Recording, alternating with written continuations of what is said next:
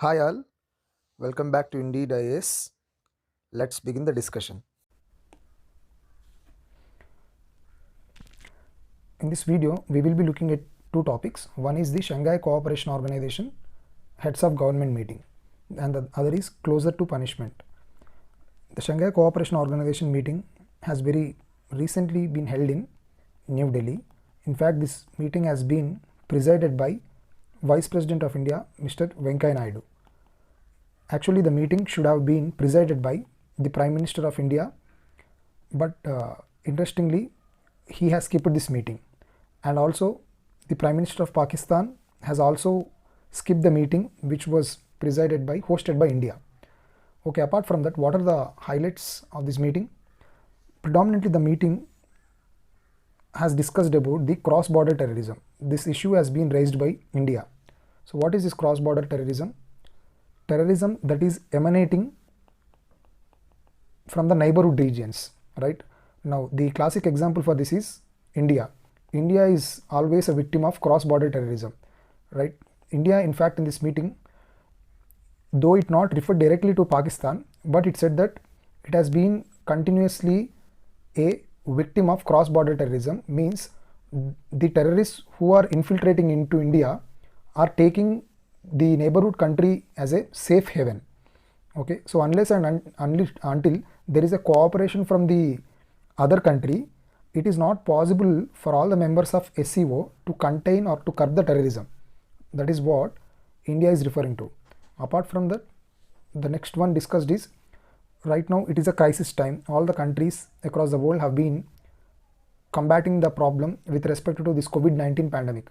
So in this meeting, all the member countries have decided and taken a resolution that they will have mutual cooperation in combating the all kinds of diseases, right? That is epidemic diseases like COVID-19, etc. And also, one more important aspect that is discussed in the meeting is regarding the OBOR, the One Belt One Road initiative, that is the flagship scheme of the China. So what is this One Belt One Road initiative? Through this One Belt One Road initiative, China intends to connect across all the major trading partners of the world. So whether it could be European Union, or else whether it could be in other Asian countries or the Atlantic nations, whoever it may be, China intends to connect all the trading partners through two modes, right? The primary modes of connecting is either through roadways or by seaways. So the One Belt One Road, in other words, it is also called as the Belt and Road Initiative. Now, while all the countries have accepted the China's OBOR initiative, India has proposed its objection. Why India is objected to China's flagship scheme? Because the China's One Belt One Road program is in fact illegally passing through the Pak occupied Kashmir of India, India. So in fact, this is a region. This POK is at present currently under the control of Pakistan. Now Pakistan has ceded this region, or else given as a gift of this region to whom? The China. And both China and Pakistan have proposed to lay down the Pakistan-China economic corridor, which is also called as CPEC, which is intern part of Belt and Road Initiative. So India has expressed its objection because it is against its sovereignty. Without the permission of our country, right? How can other country will initiate a program? It could be an economic initiative or any other thing, but however, it is undermining the sovereignty of India.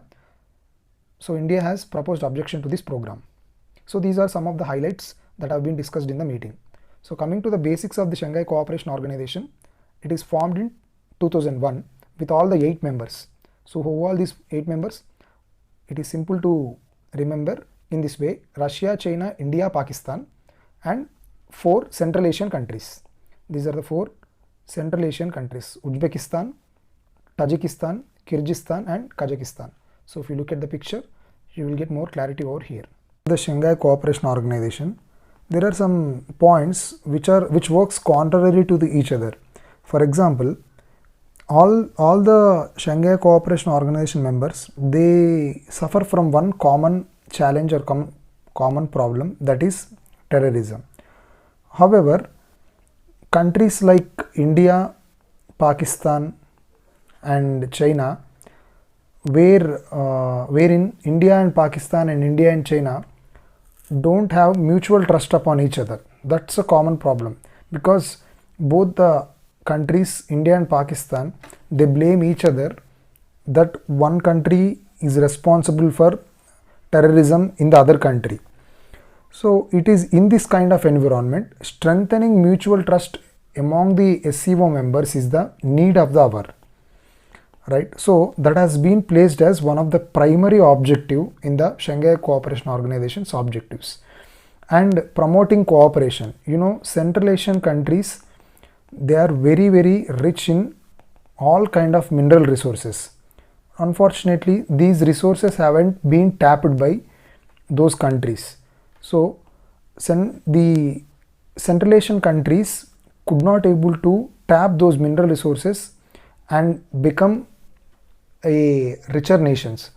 So that with the cooperation of SCO, now all the members want to cooperate in the domains of trade, economy, science and technology, right? These technological perspectives, etc. So that all the members can mutually benefit, because countries like India, China, they desperately need some of the important mineral resources, and they do have sufficient good technology to explore them. However, on the other side, the Central Asian countries are rich in mineral resources, but they don't have technology.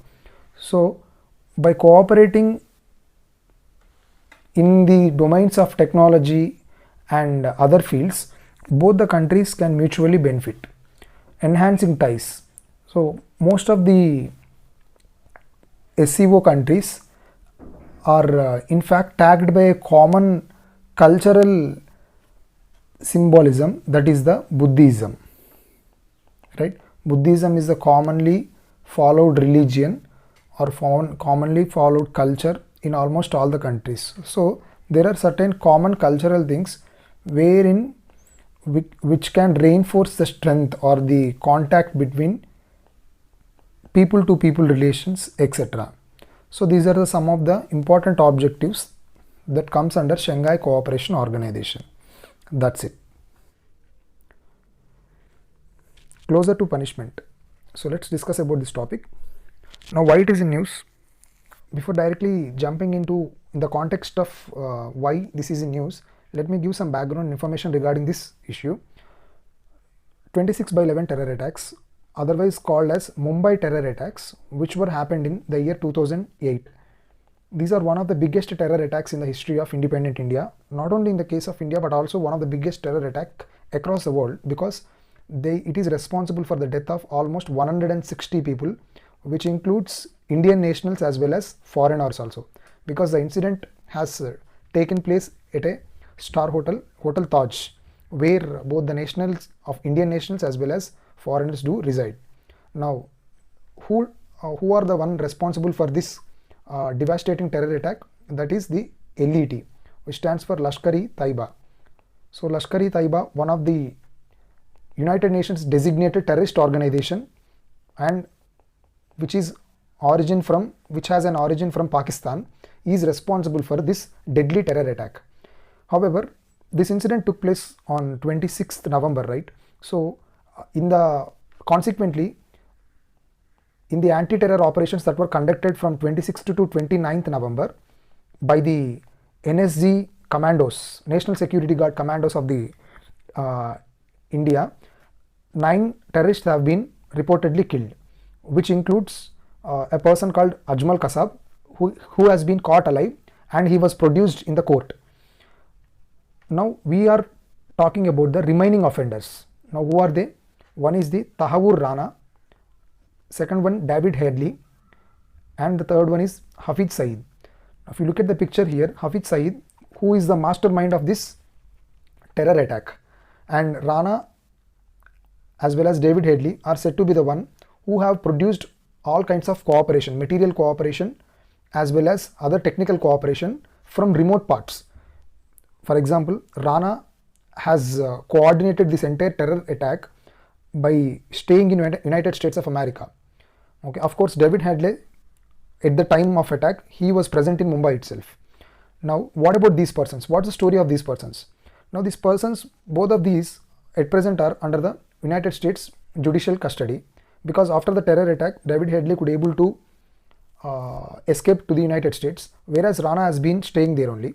So, however, both the candidates later on prosecuted by the United States court, not because they are involved in Mumbai terror attacks, but they have given similar cooperation for other kind of terrorist attacks. That's on that grounds they have been prosecuted by the US courts. But however, they were later on, it was proved that these are the people who are also responsible for Mumbai terror attacks. Now, why this is in news? Because this Tahawoor Rana, who now is being extradited to India on the basis of India's request from United States. Why? Because this Tahawoor Rana, he has been given 14-year prison term by the United States courts, and this term is going to be completed by 2021. And in this context, anyway, since he has been proved as a convict, as an offender in the case of Mumbai terror attacks, India has requested the US courts to extradite him to India so that he will be prosecuted in India. Okay. If you look at the case of Ajmal Kasab, right, who is the only one caught alive by the NSG and later on prosecuted by the Indian courts, the Supreme Court of India has awarded a death penalty to this person. So similar kind of justice we are expecting from Tahawoor Rana, because this is the sort of justice we are in fact looking forward for. Then only it makes sense for the death of 160 people, right? To bring some certain sort of justice to these people, the offenders definitely should be punished. Okay, and what is the impact? So that the impact is, as I said, now there is a more scope, extension of justice for the victims of 26/11 terrorist attacks. That's it regarding this topic. Thank you for watching this video. Have a nice day.